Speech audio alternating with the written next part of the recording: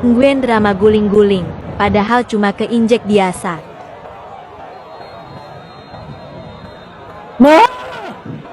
Anjir.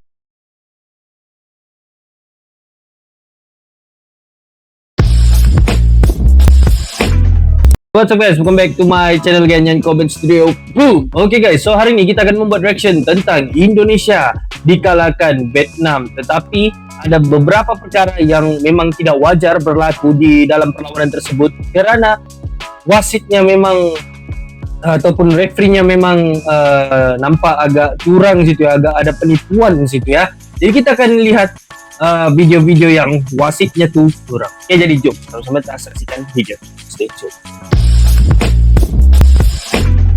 Oke guys, jadi tanpa berita-buang masa lagi, jom sama-sama kita saksikan video tersebut dalam gerakan 1, 2, dan 3. Indonesia kalah karena wasit curang. Apa benda ni Untuk sobat yang belum tahu, Vietnam menjadi juara Piala Mandiri setelah mengalahkan Indonesia 1-0. Setelah game usai, abang baca banyak komentar di TikTok live dan video yang menyalahkan Koji Takasaki atas beberapa keputusan Tapi Koji Takasaki ni bukan pernah dia apa yang mungkin bias. jadi referee untuk Indonesia lawan Filipina kan juga. Dan sebagai penggemar sepak bola yang neutral, wasitnya cukup adil kemarin. Jangan lupa Takasaki juga menjadi wasit pertandingan Indonesia versus Malaysia dan juga Malaysia versus Filipina. Enggak masalah. Di final biasanya keras serta fizikal dan Takasaki memastikan pertandingan berjalan lancar dan idealnya tidak ada kartu merah. Kedua tim diberi kelonggaran di mana pemain diberi kartu kuning bukan kartu merah. Misalnya situasi Rehan yang menginjak tumit pemain Vietnam. Meskipun menguasai permainan di babak pertama, kesalahan Garuda Muda tidak klinis ketika ada 3 peluang dan pertahanan yang ball watching saat tendangan sudut Vietnam. Ketika Vietnam parkir bas, Indonesia lambat dalam mengalirkan bola dan tidak ada serangan tajam. Hanya satu kesalahan wasit kemarin. Pelatih dan staf Vietnam seharusnya diberi kartu merah atas drama di luar lapangan. Betul, ini aku ada nampak ya.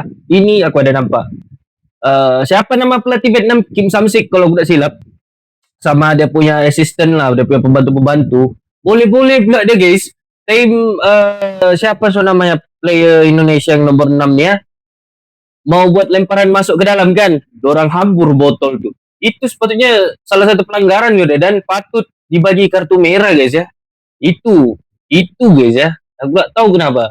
Di minit-minit akhir, perilaku yang konyol. Gimana guys pendapat kalian tentang game semalam? Komentar kat sini. Pelatih Vietnam kasih instruksi ke kiper Vietnam di tengah pertandingan. Gak berapa lama kiper Vietnam pura-pura cedera. Tiba-tiba pula cedera guys. Jadi dia punya momen-momen ada. Pelatih Vietnam curang langsung ganggu pemain timnas Indonesia. Tengok di sini.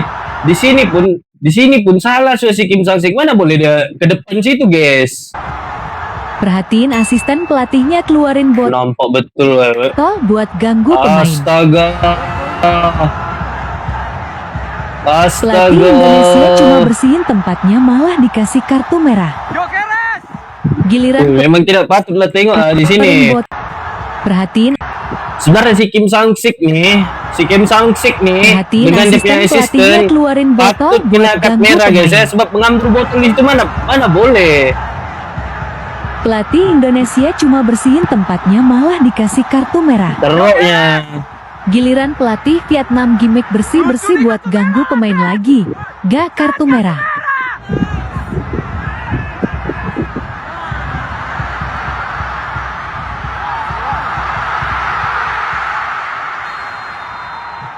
Serius lah, ini untuk pandangan aku sendiri guys ya. Apa yang aku lihat dalam game nih, terutamanya di penghujung game nih lah, di sebelum whistle penamat ditiup. Sebenarnya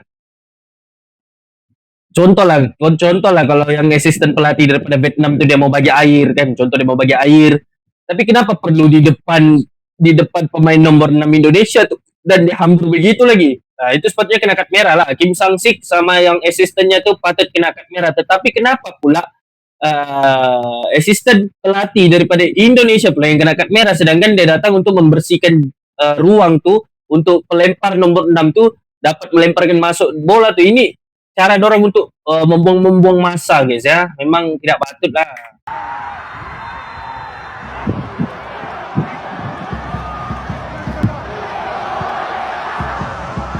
Ada yang bisa sebutin apa aja kontroversi wasit di sini? Pelatih Vietnam Terus. Wasit di laga versus Vietnam bener-bener parah banget. Timnas U23 gagal juara gara-gara wasit. Timnas Indonesia U23 kalah tipis 0-1 dari Vietnam. Tapi yang bikin geram bukan cuma skor, melainkan keputusan wasit Koji Takasaki asal Jepang yang kayaknya berat sebelah banget. Banyak momen bola yang harusnya buat kita malah dikasih ke Vietnam. Wasitnya juga sensi banget sama pemain kita. Tapi pemain Vietnam cuek parah. Klik link di bio buat nonton bola gratis. Di akhir pertandingan ada satu momen tackle super keras dari pemain Vietnam yang jelas-jelas berbahaya. Tapi cuma dikasih kartu kuning. Penipu sih. Bisa langsung merah tuh. Gak heran sih kalau bench kita jadi meledak-ledak dan protes keras. Kalau gini caranya gimana mau menang fair? Wasitnya kayak udah punya skenario sendiri di pertandingan ini. Wasit di laga versus Tapi serius ya, Vietnam tidak pernah ada orang macam mana ya? Mungkin orang diajar, mungkin gameplay orang di sana bermain dengan kungfu, bermain dengan tangan juga, bermain kasar lah. So, kalau kita lihat, kita putar balik masa, kita lihat perlawanan sebelumnya, kita boleh nampak yang tidak kira ke under 17, under 23 ataupun senior orang, semua akan bermain kasar biasa daripada Vietnam nih. Aku tak tahu lah, mungkin itu salah satu cara dorang diajar bermain di sana atau ya kita tidak tahu lah kan, sebab Malaysia pun pernah kena dengan orang main style-style ganas nih. Gareth Bale kritik kinerja wasit di final. Yeah, of course, the red card was not good. Ya. But okay, it's an emotional game. Sometimes people lost their mind, and I think the referee was also sometimes lose his mind. Yeah. Okay, you know, I think that at the end, you know, I think that we had to be all one team, and sometimes you get a red card, and that's also something in soccer, and I'm not happy with it, but it happened. Memang tidak patut lah dorang terima, guys. 2 menit akhir permainan kayak gini banget. Nah, di sini guys ya, kita boleh nampak, kita boleh lihat. Tengok. Selepas asisten pelatih Vietnam tuh bagi hambur botol tuh, asisten daripada Indonesia tuh untuk kasih bersih, dia pula yang kena kad merah. Adakah itu patut, guys? Nampak ketidakadilan di situ ya, kita boleh nampak. Di situ memang ketidakadilan lah. Sepatutnya Vietnam yang kena di sini, kena kad merah, guys ya. Tapi aku tidak paham dengan apa yang dilakukan oleh wasit Takasaki Koji ini. Ini memang sungguh tidak patut lah. FIFA boleh ambil tindakan sebenarnya untuk lihat balik video ini sebab banyak bukti, guys ya, banyak bukti. Nguyen drama guling-guling, padahal cuma keinjek biasa.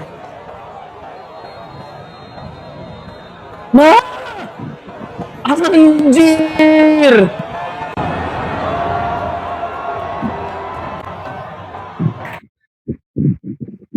Penipu sial. Padahal cuma keinjek biasa. Bro, tak kan kau boleh main kasar, kau kena pijak sikit pun kau berguling-guling. Ini memang banyak apa? Banyak dia punya wayang lah, drama. Untuk mengulur waktu, guys ya. Tengok kena bodoh gel.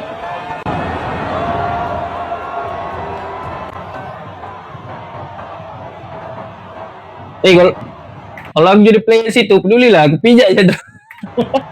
Sebab kena pijak sikit je pun. Aduh.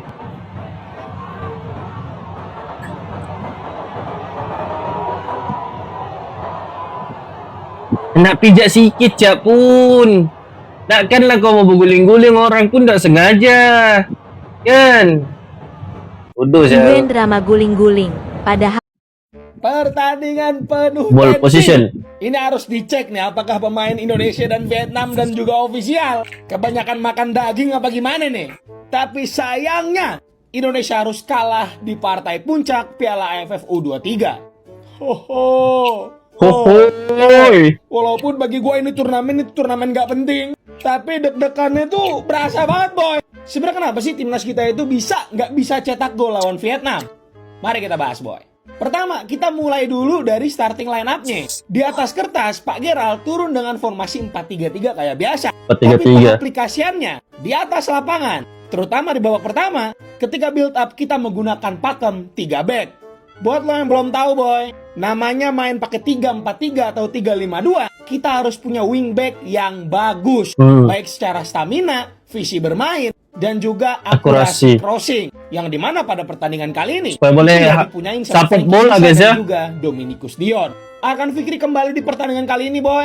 Tapi ya kayaknya udah telat juga. Karena defense-nya Vietnam apalagi pas udah unggul, itu bener-bener compact banget. Memang kuat lah, boleh Praktis nampak, kita guys. cuma bisa bikin peluang dari lemparan ke dalam. Memang boleh nampak Gak lah. ada Tony, gak ada Arkan. Seolah lini tengah Indonesia itu kekurangan yang namanya opsi passing dan juga kreativitas. Kita nggak ngelakuin yang namanya progresi passing. Bener-bener ketika udah nyampe 2/3 lapangan, bola itu balik ke belakang. Ya hasilnya permainan kita muter-muter aja gitu.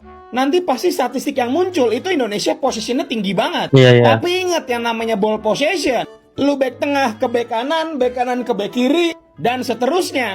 Itu dihitung sebagai possession. Tapi kita nggak bisa create big chance. Kita jarang banget ngelakuin progresi passing, terutama di babak kedua. Di babak pertama masih ada tuh beberapa tuh. Tapi bagus dia punya penelitian guys ya, sebab dia boleh nampak detail apa yang gameplay sebenar tengah bermain. Tapi betul lah, ball position tuh kalau kita nampak game tuh kebanyakan makan tempat sendiri guys, makan tempat sendiri. Maksudnya bagi ke belakang, tengah, belakang, tengah, belakang, tengah. Tapi crossing, saudara, mungkin sorry to say guys ya, aku nampak gameplay pada kali ini. Sebenarnya Vietnam sudah tahu cara bermain Indonesia macam mana. Kenapa cepat begitu? Sebab sebelum-sebelum nih kalau kita nampak Indonesia lawan Brunei, kebanyakan permainan orang tengah, belakang, crossing. Terus, main long ball, masuk, pergi striker, pergi Jens Raven, semua. Itulah kenapa orang fokus untuk yang di depan sih. Untuk yang di depan. Sebab di bagian sini hanya untuk menyalur bola, tiada untuk bantuan serangan, kan? Sebab ini untuk salur bola saja, guys. Sepatutnya kalau begitu kena tukar strategi lah. Ini daripada sudut pandangan aku sendiri, walaupun aku tidak seberapa hebat dalam penelitian bola nih, tapi aku boleh nampak lah. Sepatutnya apabila sudah bola tu masuk dengan midfielder, sepatutnya midfielder, terutama attacking midfielder, boleh support serangan, naik sama-sama. Jadi apabila di bagian depan tu kan ada 3 orang lah, contoh ada 3 orang 4-3-3 kan, ada 3-3, boleh masuk attacking midfielder, tambah lagi satu kekuatan. Kalau main macam biasa, main midfielder, defense, bola tengah, belakang, bola tengah, crossing. Sebenarnya sudah dibaca guys ya. Sebenarnya sudah Pemain dibaca. bekerja keras, boy. Robi Darwis kerja keras, Hanan kerja keras, Doni Tri kerja keras. Bahkan brother gua nih Kadek Arel itu juga kerja keras. Brother. Tapi ya udah, ini adalah pembelajaran yang harus diambil untuk nanti di kualifikasi Piala Asia bulan September. Good job untuk para staf pelatih dan juga para pemain. It's okay, nggak ada masalah. Dan buat kalian netizen jarang makan enak, nggak usah blaming kemana-mana, nggak usah cari kambing hitam untuk diserang. Ya udah, ini adalah kenyataannya. Timnas kita menjadi runner up kembali. Kalau menurut kalian Apalah, gimana, Bob? jadi runner up. Terima kasih. Drama di menit akhir. Ini yang sungguh-sungguh drama paling merah apa bentuknya tuh. Buang-buang masa sudah guys. Buang-buang masa sudah. Ini parah nih.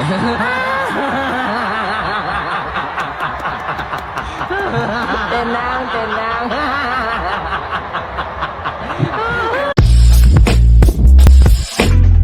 Oke guys, jadi sampai sini reaction aku tentang perlawanan di antara Indonesia menentang Vietnam. Oke, daripada sudut pandangan aku seperti mana yang aku cerita dalam video tadi, kita boleh nampak lah pertandingan tuh memang ada kecurangannya sedikit, terutamanya di bahagian terakhir, minit-minit terakhir kita boleh nampak kecurangan daripada pelatih Vietnam. Mereka lebih macam mana, lebih banyak mainkan drama di situ sebab untuk melengah-lengahkan masa. Dari tadi sebenarnya boleh lagi Indonesia melakukan beberapa serangan, tetapi mereka melengah-lengahkan masa untuk minit tu laju berlangsung kan.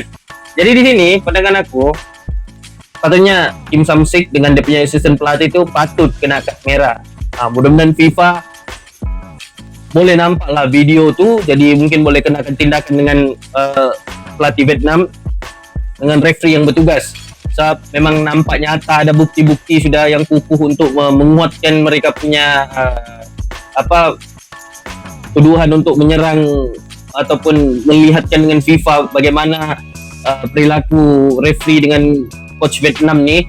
Tapi daripada sudut pandangan aku yang lain pula, mungkin permainan untuk gameplay untuk Indonesia ni memang dibaca sudah oleh Vietnam. Sebab kalau kita lihat beberapa gameplay daripada timnas Indonesia Under 23 ni, kita boleh nampak yang mereka selalu main bola tengah, bola belakang, lepas tu crossing, long ball. Itu teknik-teknik yang selalu dibaca. Jadi apabila Vietnam sudah dapat 1 gol, mereka akan memperkuatkan pertahanan mereka. Sebab ini final guys ya, final. Orang dapat 1 poin sudah, orang akan menguatkan orang punya tubuh sudah guys. Mereka menguatkan defense orang sudah. Midfielder turun semua, midfielder. Tengok kalau kita perhatikan, sampai kadang-kadang orang punya striker dengan winger pun support pergi defense guys ya. Nah, jadi kita boleh nampak lah orang punya permainan di situ, okey. Tapi apa-apapun memang sudah timnas Indonesia Under 23 ni, Garuda Muda ni sudah buat yang terbaik. Itu bukan rezeki lagi. Kita harapkan yang terbaik untuk pada masa depan lagi. Mungkin berombak lah dia punya strategi apa semua guys ya. Okey guys, jadi sampai sini reaction aku dan see you in the next video.